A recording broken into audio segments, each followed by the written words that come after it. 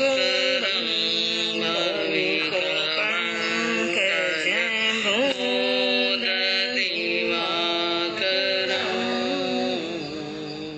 प्रतिदिनं प्रणमामि जिनेश्वरं प्रतिदिनं प्रणमामि जिनेश्वरं। मना में तो था सो गणो दुख पायो, मना में तो था सो गणो दुख पायो।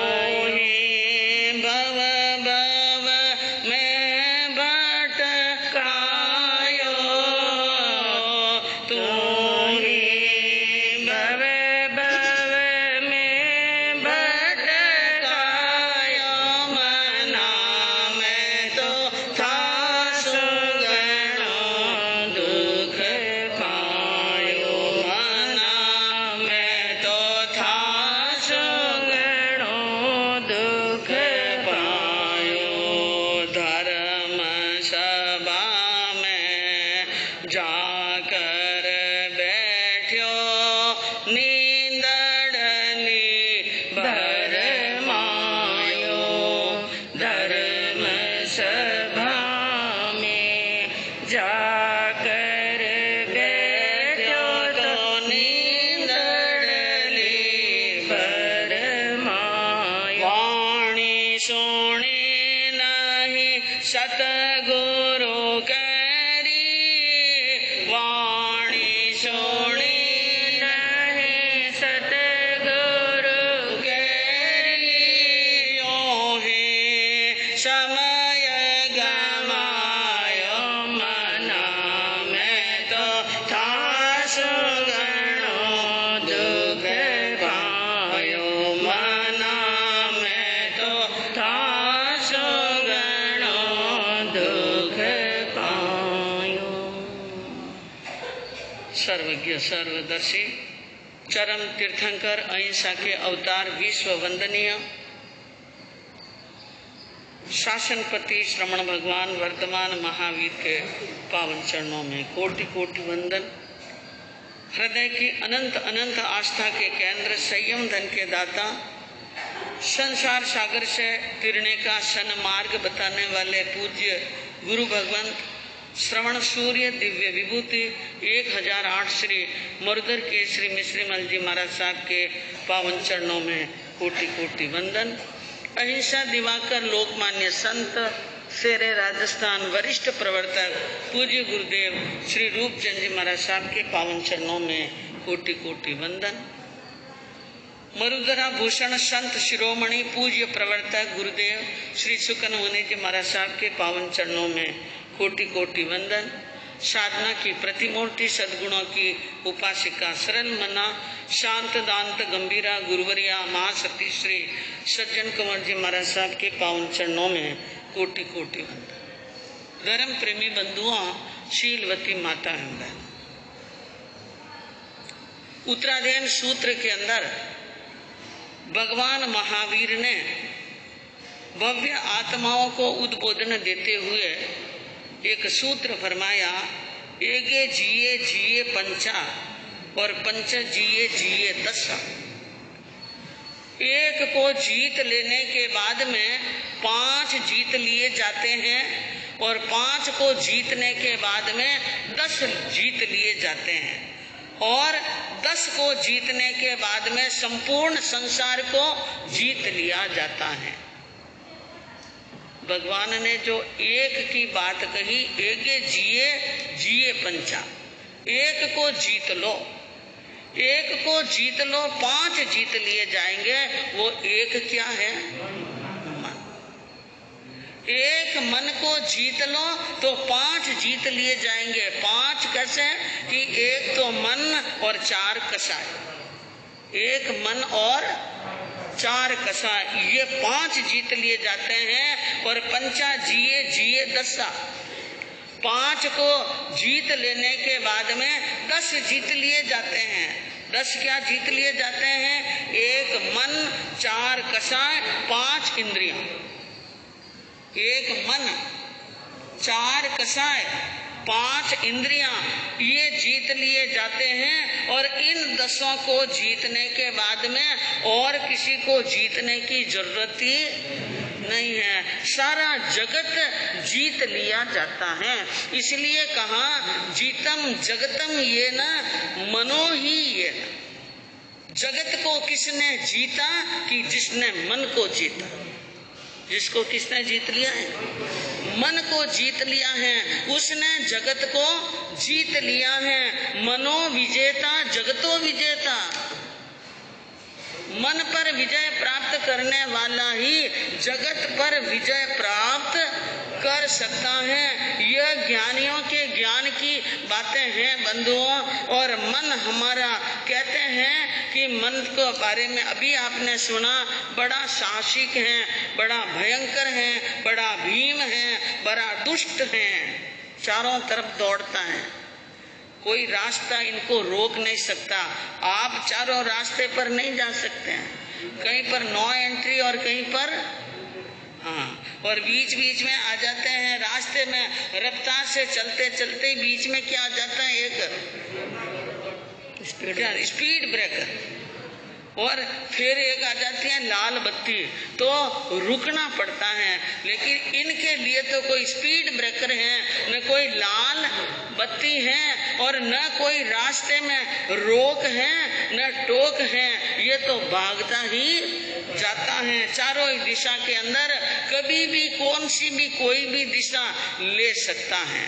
और मन है ना, इनके अंदर कई ऊंचे नीचे भाव आते रहते हैं। यूं कह दें कि मन के कारण ही हमें सारे दुखों की प्राप्ति होती है, तो इसमें कोई मिथ्या बिल्कुल भी नहीं, गलत बिल्कुल नहीं है। मन के कारण ही जीव दुखी होता है। 4 गति 84 लाख जीवा योनि में इस मन के कारण भटकता है। श्रीमद् भागवत के अंदर बताया, बंधाय विषयासक्तो मुक्ते निर्विषयम सया। और मन एव मनुष्याणाम कारणम बंध मोक्षयो। मन ही मोक्ष का कारण है और मन ही बंध का कारण है। कर्म को बांधने वाला भी मन, और कर्म से आत्मा को मुक्त करने वाला भी मन। और कहा कि बंध कैसे? कि विषयासक्त, विषयों में आसक्त हुआ मन बंध का कारण है। और मुक्ति वीर निश्चयम निर्विषयम मन, जिनका विषय में मन विरक्त हो चुका है, वो मुक्ति का क्या है? कारण है। मन को साफ कर लो, तन को साफ करने की जरूरत। कहा ज्ञानियों ने कि सरापा पाक है, धोए जिन्होंने हाथ दुनिया से। सरापा पाक है, धोए जिन्होंने हाथ दुनिया से। नई हाजत की वो पानी बहाए सर से पांव तक। सर से पांव तक पानी बहाने की कोई जरूरत नहीं है। शरीर को साफ करने के लिए पानी बहाओ, लेकिन आत्मा को साफ करने के लिए स्नान करने की जरूरत। महाभारत का युद्ध हुआ, कौन सा? और कितने दिन चला? 18 दिन चला। 18 अक्षौणी सेना का विनाश हुआ। इतने सारे यानी लोग मर गए, सैनिक मर गए, राजा महाराजा राजकुमार और जमींदार भी मर गए। कईयों के घर उजड़ गए, कईयों के सुहाग उजड़ गए, कईयों के बच्चे यानी क्या हो गए? अनाथ हो गए, बिना माँ बाप के हो गए। और कईयों के गांव भी उजड़ गए। और पूरा का पूरा भारत लड़ने के लिए आया। एक दिन युद्ध जीत लेने के बाद में पांचों पांडवों के मन के अंदर एक विचार आया। क्या विचार आया? ये इतना बड़ा युद्ध हुआ, ऐसा युद्ध तो पहले कभी हुआ ही नहीं। और हमारे राज को प्राप्त करने के लिए इतना युद्ध हुआ, इतने जीवों का विनाश हुआ और इतने लोग मरे, और इसका पाप किसको लगेगा? पाप किसको लगेगा? हाँ हमको लगेगा हमारे लिए लड़ा गया। बाकी सैनिकों के तो बीच में कोई झगड़ा नहीं था। हमारी सेना सामने वाली सेना से लड़ती है क्योंकि सामने वाला हमारा दुश्मन है। जो हमारे सैनिक हैं वो उन सामने वाले से लड़ते हैं। तो पाप का भागी तो कौन हुआ? सेहरा तो किसके मांदा जाएगा?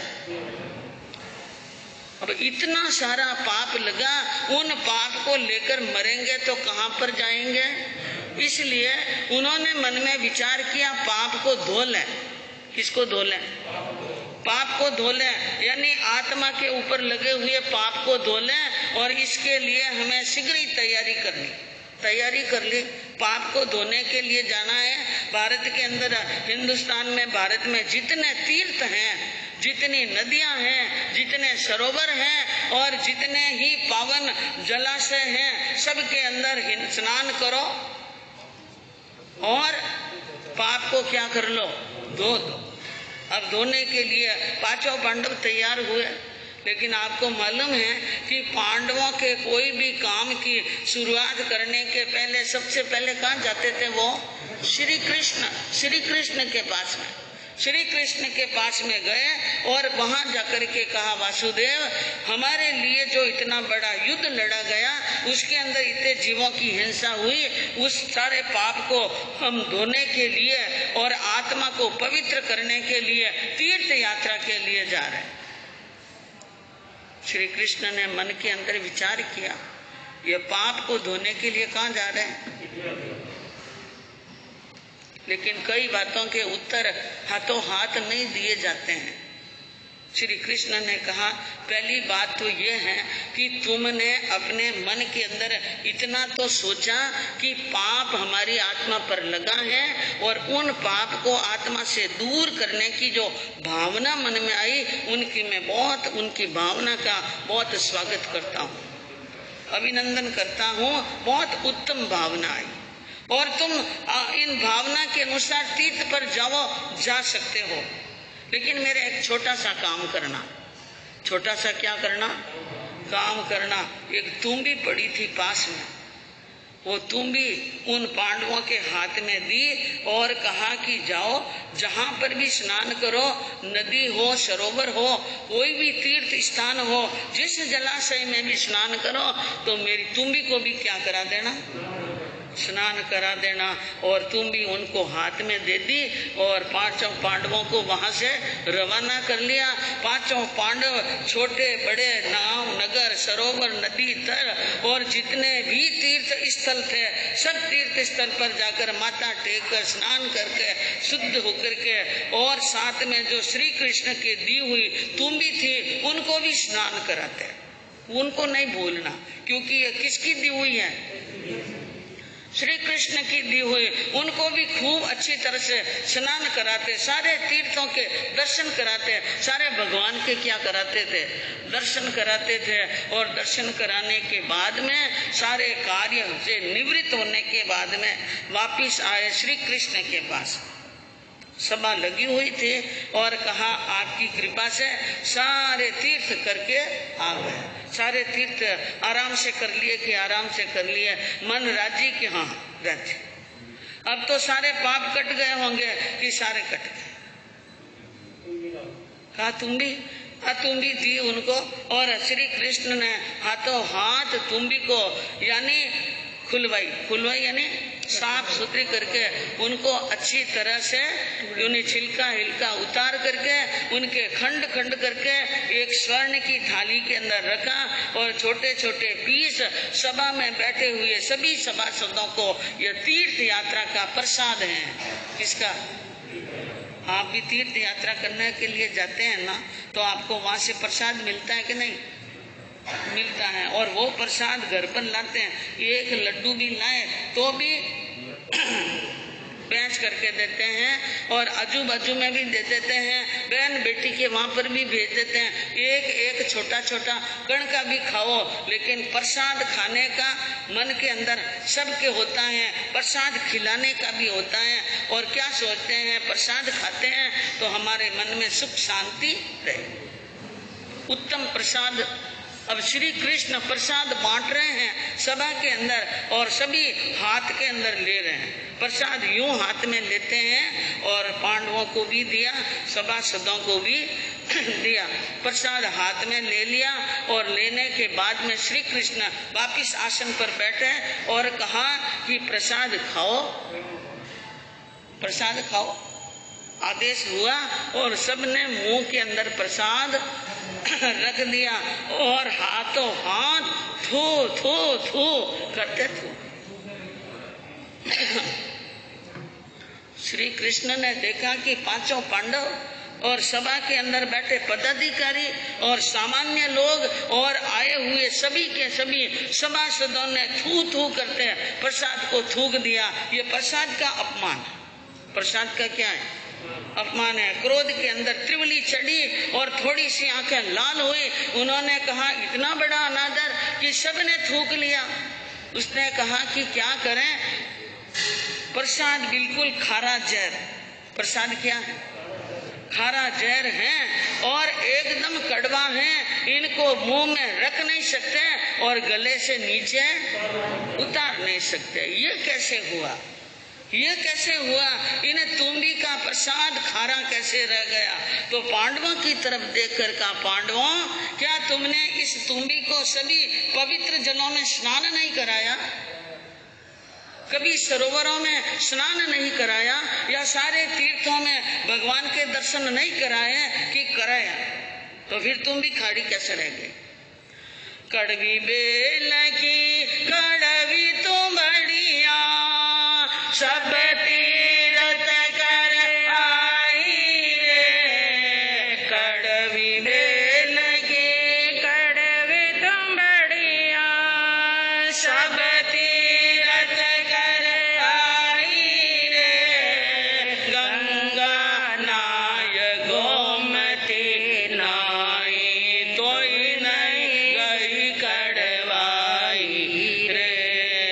राम बिना रघुनाथ बिना हमारी बिगड़ी कौन सुधारे रे। बिगड़ी कौन सुधारे रे मेरी, बिगड़ी कौन सुधारे रे। राम बिना रघुनाथ बिना हमारी बिगड़ी कौन सुधारे रे।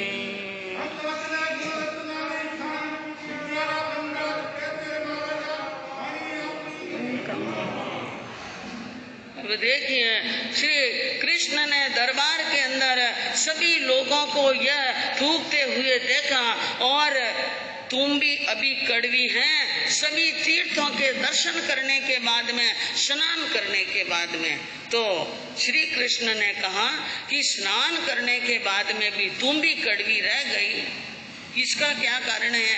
और कि तुम्बी का कड़वास, कड़वी तुम्बी भी क्या हो जानी चाहिए थी? मीठी। अरे तुम्बी का कड़वापन नहीं गया पांडवों, तो तुम्हारे आत्मा के ऊपर लगे हुए पाप कैसे धुल गए? पांडवों को पूछा था, पाप कैसे धुले? कैसे मान रहे हो कि हमारी आत्मा क्या हो गई है? पवित्र हो गई है। और बात सुनी पांडवों ने, विचार करने लगे, बात तो बिल्कुल सही कही। ये तुम भी कड़वी की कड़वी रह गई, मीठी नहीं हो सकी, तो हमारी आत्मा उजली कैसे हुई?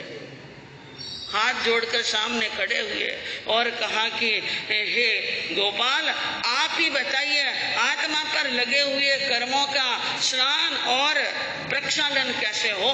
कर्म कैसे धुपे, मलिनता कैसे धुए? तो उन्होंने एक उपदेश दिया, आत्मा नदी संयम पुण्य तीर्था, सत्योदका शील तटादयोर्मी, तत्राभिषेकम कुरु पांडुपुत्र, नवारिणा सुत्यति चांतरात्मा।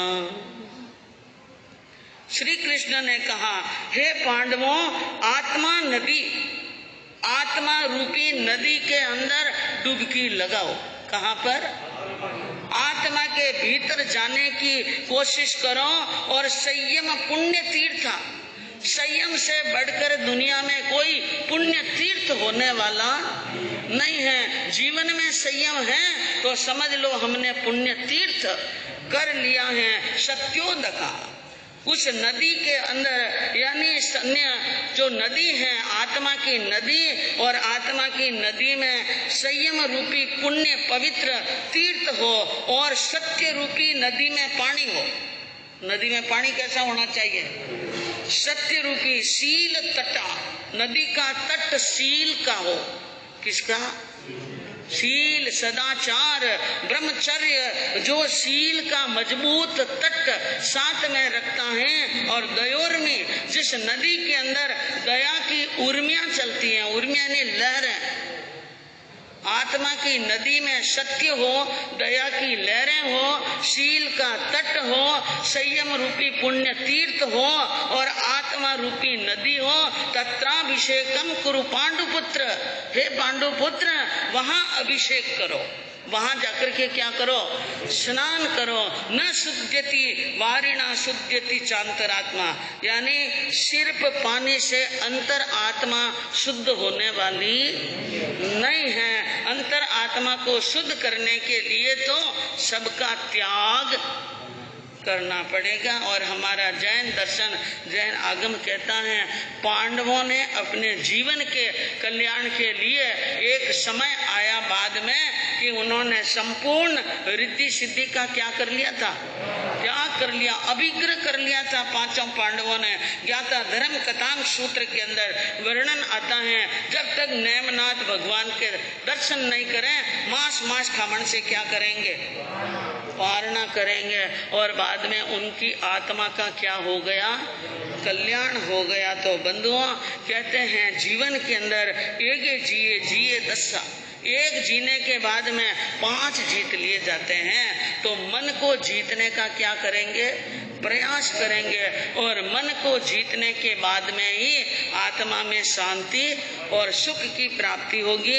आपके सामने वर्णन चल रहा है, अंजना सती के जीवन चारित्र का वर्णन चल रहा है, जिसके अंदर आपने सुना कि उनके पीहर से आया हुआ बेटना अपने पति के लिए अपनी सखी बसंतमाला के साथ में ठाट पाट से वहां पर भेजा था, लेकिन पवन जी ने उनके लाए हुए बेटने को ठुकरा दिया और अमूल्य भेंट को भी गांधर्वों में और नृत्य करने वाले, गाने वाले, ढोल बजाने वाले और संगीतकार को सारा का सारा बेटना वहां पर बांट लिया। ये स्थिति देखकर और सखी ने जाकर वापिस अंजना को कहा कि तुम्हारा पति, मुझे ऐसा लगता है कि वो सही नहीं है, उनकी विचारधारा सही नहीं है। वो राजकुमार हैं, लेकिन राजकुमार को कैसा व्यवहार करना चाहिए वो योग्य व्यवहार नहीं कर रहा है। सारी बात गई और अब अंजना मन के अंदर आर्त ध्यान कर रही है कि उनके पति ने अपने पीहर से आई हुई भेंट का अनादर कर दिया। क्योंकि एक बात ध्यान रखिएगा, कोई भी लड़की आपके घर में बहू बनकर के आती है और वो बहू अगर अच्छी स्वभाव की है और सहनशील है, उनको आप 2 गाल दे देंगे या डांट पिला देंगे तो वो सहन कर लेगी। लेकिन उनके पीहर की बात, भाई की बात, पिता की बात अगर कोई बार बार पीहर वालों को सामने लाकर खड़ा करता है, यह हरगिज भी सहन होने वाला नहीं है। और पीहर की बात के ऊपर वो कुछ भी त्यागने के लिए क्या हो जाती हैं? तैयार हो जाती हैं। तो अंजना सती के पिता ने, महेंद्र सिंह जी ने बड़ी भेंट भेजी और जवाई शाह ने भेंट को यानी उन लोगों के बीच में दे दिया। अंजना को क्या हुआ? दुख। यह एक राजकुमार हैं, महाराजा रतन सिंह के बेटे हैं और मेरे पति हैं, और ससुराल से आई हुई चीज ऐसे दे देना, अवश्य ही इनके ऊपर कुछ न कुछ किया हुआ है। सखी को कहने लगी, अरे जादूगर जादू किया सोन सही, अरे सोन सही, लियो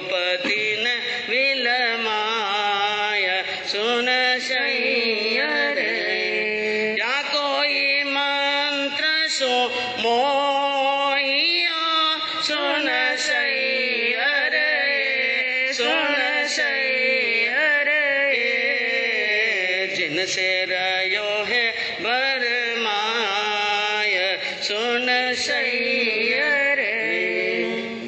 अंजना ने कहा बसंतमाला आदि सखियों को, मुझे लगता है पवन जी के ऊपर किसी ने जादू कर दिया और वो जादू के अंदर वशीभूत हुए हुए हैं, उनके ऊपर यानी जादू इंद्रजाल किया हुआ है। और है सखी इसलिए पति गया बिलमाए, वो असली व्यवहार नहीं कर रहे हैं जो कुछ भी, क्योंकि जब आत्मा भ्रमित हो जाती, किसी के भूत लग जाए, प्रेत लग जाए, कोई डाकण शिकोत्री लग जाए, तो वो क्या कर रही हैं क्या नहीं कर रही हैं उसको कुछ भी मालूम।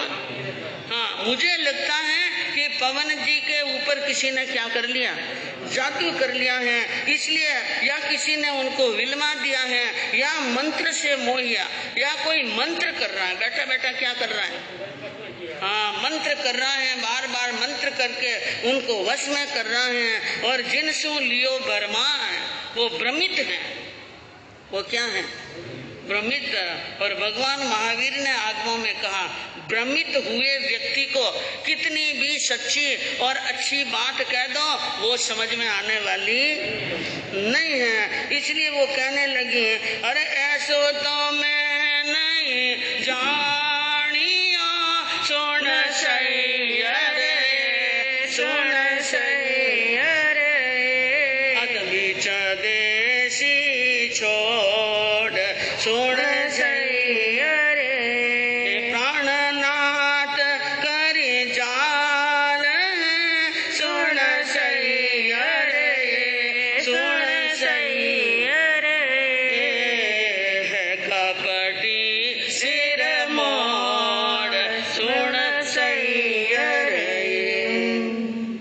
अंजना ने कहा कि मैंने तो ऐसा नहीं जाना था स्वप्न में भी कि मेरा पति मेरे साथ में ऐसा व्यवहार करेगा और अदविषदेशी छोड़ शादी करके महल में ला करके छोड़ देंगे, ऐसा मैंने कभी नहीं जाना।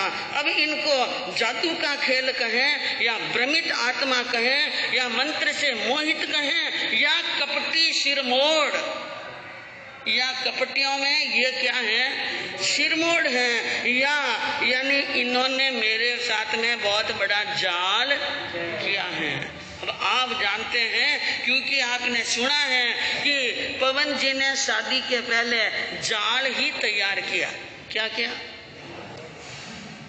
शादी करने की इच्छा थी नहीं लेकिन शादी की, करनी पड़ी और शादी की इसलिए की उन्होंने। वो चाहते तो बिल्कुल मना कर सकते थे लेकिन उन्होंने क्या सोचा कि अंजना ने मेरे दिल को दुखाया, अंजना ने मेरे दिल को दुखाया, शादी करके इनको एकांत में डाल दूं, इनकी सार संभाल नहीं पूछूं, क्योंकि पहले मना कर लूंगा तो कोई राजा या राजकुमार शादी कर लेगा, क्योंकि ये गुणवान है, रूपवान है, पढ़ी लिखी है, चतुर है, तो इनका जिंदगी आराम से होगी।